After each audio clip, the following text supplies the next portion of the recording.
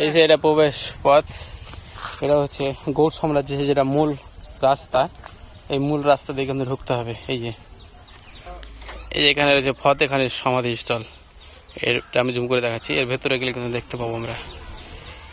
যাই হোক, আমরা এখন ওই জিনিসটাকে দেখবো ঘুরে। তো এখানে অনেক ভিড় জমে থাকে, এখন সেরকম নাই, দু চারটে দোকান রয়েছে। আমরা এখন যাবো এটা দিয়ে, রাস্তা দিয়ে যাচ্ছি। যে আমার বাইক রেখে দিলাম পিছনে।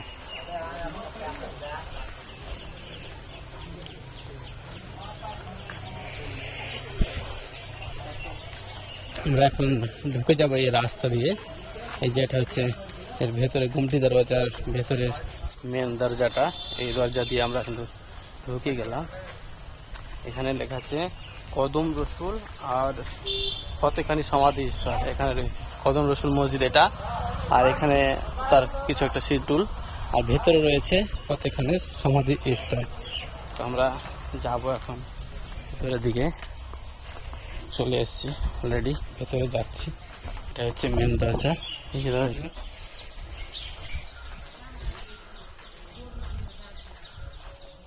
আমরা এখন আস্তে আস্তে ভেতরের দিকে ঢুকবো, দেখবো জিনিসটা।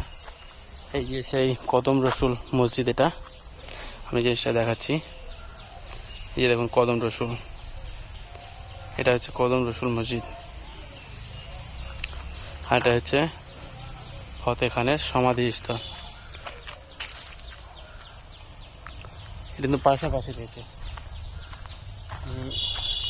এই জিনিসটা আগে এদিকটা দেখে নিই অবশ্যই, তারপরে আমরা দেখবো ওটা।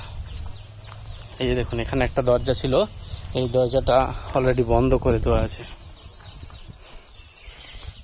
তো আমরা এখন সামনের দিকে যাব। দূর দূর থেকে লোক আসছে দেখতে।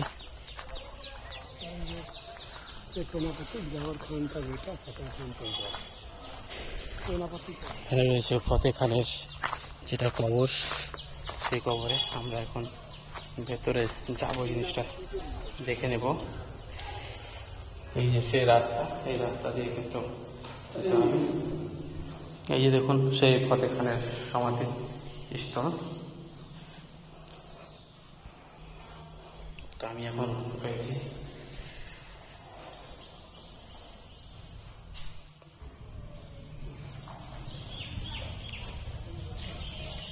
এখানে কিন্তু গেলে দরজায় কিন্তু জুতোকে রেখে যেতে হয়।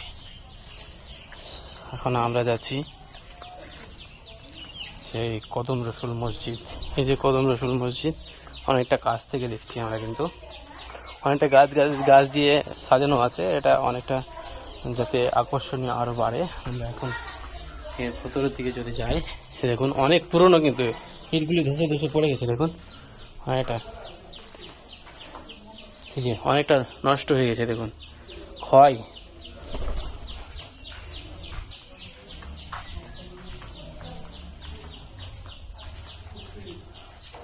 এখানে বিভিন্ন রকম ক্যামেরা আর কিছু রয়েছে। চলে আসলাম, অনেকটা কিছু এখানে খারাপ দেখাচ্ছে। কদম রসুল মসজিদ এটা।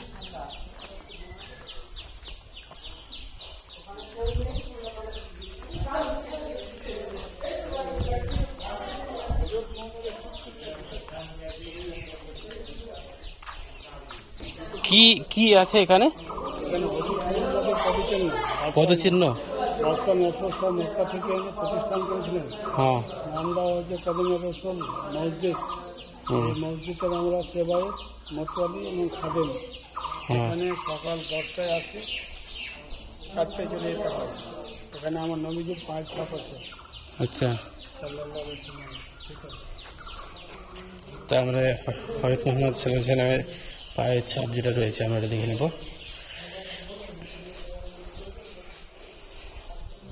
তো আমি এখন ভেতরে চলে আসলাম। এই যে এখানে রয়েছে পদছাপটা, এটাই তো, তাই না? এই যে ইনি এখানে রয়েছেন, লোককে দেখাচ্ছে। তো তো যাই হোক, এটা হচ্ছে কদম রসুল মসজিদ যেটা বলছে, ওর ভেতরে গেলে। যাই হোক, আমি এখন এটা দিয়ে বেরিয়ে যাচ্ছি মসজিদের ভেতরটা। এখানে আমার জুতো রাখা আছে।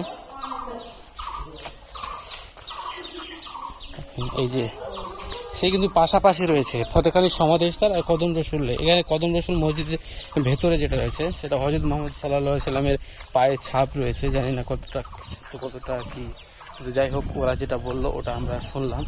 তো আমরা এখন এই মুহূর্তে বেরিয়ে যাব। অনেক লোক কিন্তু এখানে আসছে, এই যে দেখুন। যাই হোক, অনেক কিছু দেখলাম এর মধ্য থেকে। আমরা এখন এখান থেকে বেরিয়ে যাচ্ছি।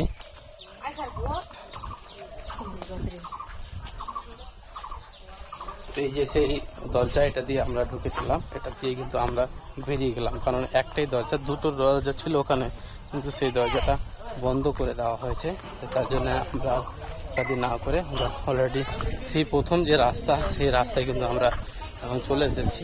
এই রাস্তায় চলে আসলাম আমরা। এখানে এই যে যেখানে রাখা ছিল, এখানে কিন্তু ইউপি পুলিশ রয়েছে, ইউপি পুলিশের এখানে দেখতে এসেছি। চলো।